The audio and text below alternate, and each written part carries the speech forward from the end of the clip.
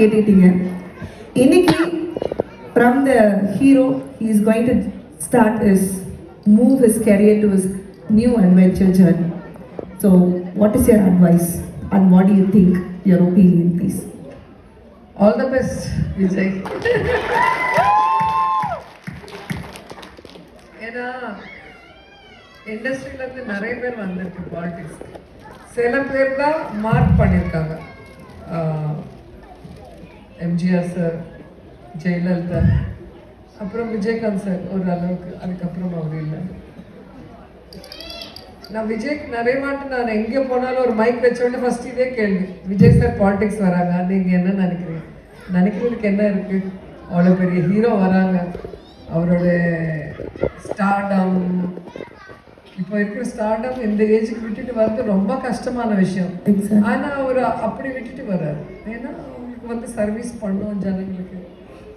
அவரோட என்ன சொல்லுவாங்க, ஜனங்களை நடுவில் அவர் எப்பவுமே இருக்கணும், அவரோட இதயத்தில் வாழணும்னு அவர் நினைக்கிறதுனால வராங்க. ஏன்னா ஃபிலிம்ஸ்னால் ஈஸி இல்லை, ஃபேன்ஸு அட்ராக்ட் பண்ணுறது. ஆனால் பாலிடிக்ஸில் ரொம்ப கஷ்டம். அது தெரிஞ்சும் வராங்கன்னா தெரியும் பாலிடிக்ஸ் எவ்வளோ டஃப்பான ஜாப்.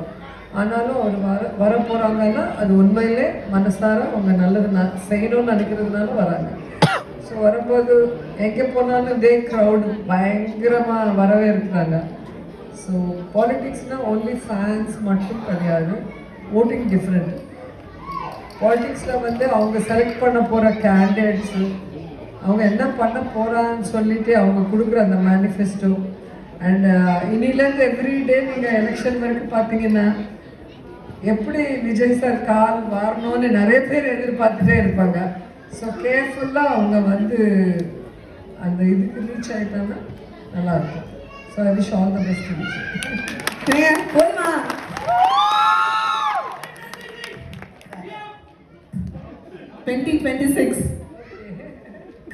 சார் நீங்கள் சொல்லுங்கள் சார். ஏன்னா நீங்கள் இப்போ சினி இண்டஸ்ட்ரியில் பெரிய லெவலில் லீடர்ஷிப் குவாலிட்டியில் இருக்கீங்க. உங்கள் வீட்டிலேருந்து ஒரு பையன் பொலிட்டிக்கலுக்கு வராது, உங்களோட விஷ் அண்ட் ஒரு அட்வைஸ்.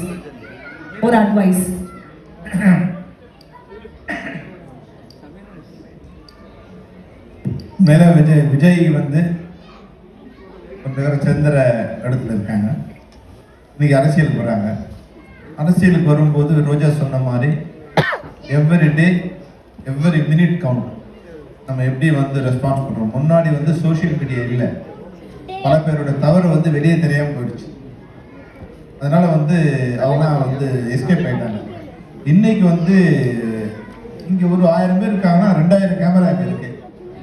முன்னாடி ஒருத்தர் ஸ்டேஜுக்கு வந்தாங்கன்னா ஒரு கேமரா தான் இங்கே இருக்கும். ஆனால் இன்னைக்கு 1000 பேர் வந்தாங்கன்னா 2000 கேமரா இருக்கு. அப்போ 2000 கண்களை மீறி நம்ம வந்து ஒரு பாலிடிக்ஸ் பண்ணணும். அப்போ ரொம்ப கேர்ஃபுல்லாக இருக்க வேண்டிய அவசியம் விஜய்க்கு இருக்கு. அதனால் இப்போ வந்து விஜய்க்கு அரசியல் தெரியுமா, அவர் எக்ஸ்பீரியன்ஸ் இருக்கா, அதெல்லாம் அவசியமே இல்லை. அரசியல் வர்றதுக்கு நான் வந்து முதல் தகுதியாக நான் நினைக்கிறது அவங்களுக்கு நல்ல மனசு.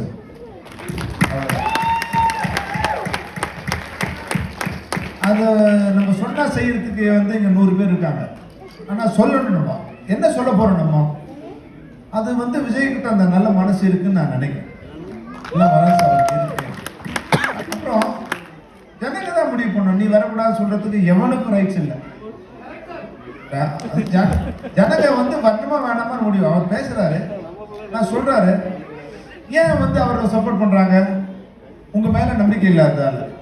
நீங்க ஒரு நாள் வந்து ஒரு ஆட்சி பண்ணும்போது இன்னொருத்தர் வந்தா நல்லா நினைக்கிறாங்க. Let it come. அவர் வந்து பண்ணார்னா இருக்க போறாரு, பண்ணலாம் போக போறாரு. வர்றதுக்கு முன்னாடி நீ வரக்கூடாதுன்னு சொல்லி ஏன் கத்துறீங்க? நீங்க உங்களுக்கு பயத்தால கத்துறீங்க.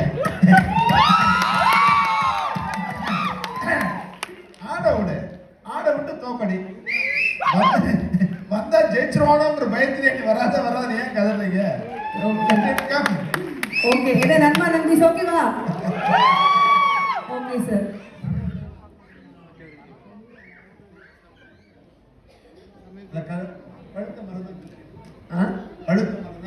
ஆமா, அப்படிதான். ஸோ ஒருத்தர் விஜய்னு சொல்றாங்கன்னா அவங்க பயப்படுறாங்கன்னு அர்த்தம். ஸோ விஜய் வந்தா நமக்கு கொஞ்சம் ஷேக்கி. ஸோ அதனால தான் சொல்லியிருப்பாங்க. ஆனால் சோஷியல் மீடியாங்கிறது எவ்வளோ ப்ளஸ்ஸோ அவ்வளோ மைனஸ் கூட இப்போ இருக்கிற டைமில். அதனால் எவ்ரி ஸ்டெப் கேர்ஃபுல்லாக போடுங்க. அண்ட் நீங்கள் வச்ச அந்த இதுக்கு ரீச் ஆகணும்னு மனசார ப்ளஸ் பண்ணுறேன். Okay ma'am, thank you ma'am, thank you sir. இவ்வளோ நேரம் என்னோட கொஷின்ஸ்லாம் பேர் பண்ணிட்டு ரொம்ப அழகாக சின்ன ஜாலியாக நீங்கள் ஆன்சர் பண்ணீங்க. ஆடியன்ஸ் கொஷின்ஸ் இருக்கா?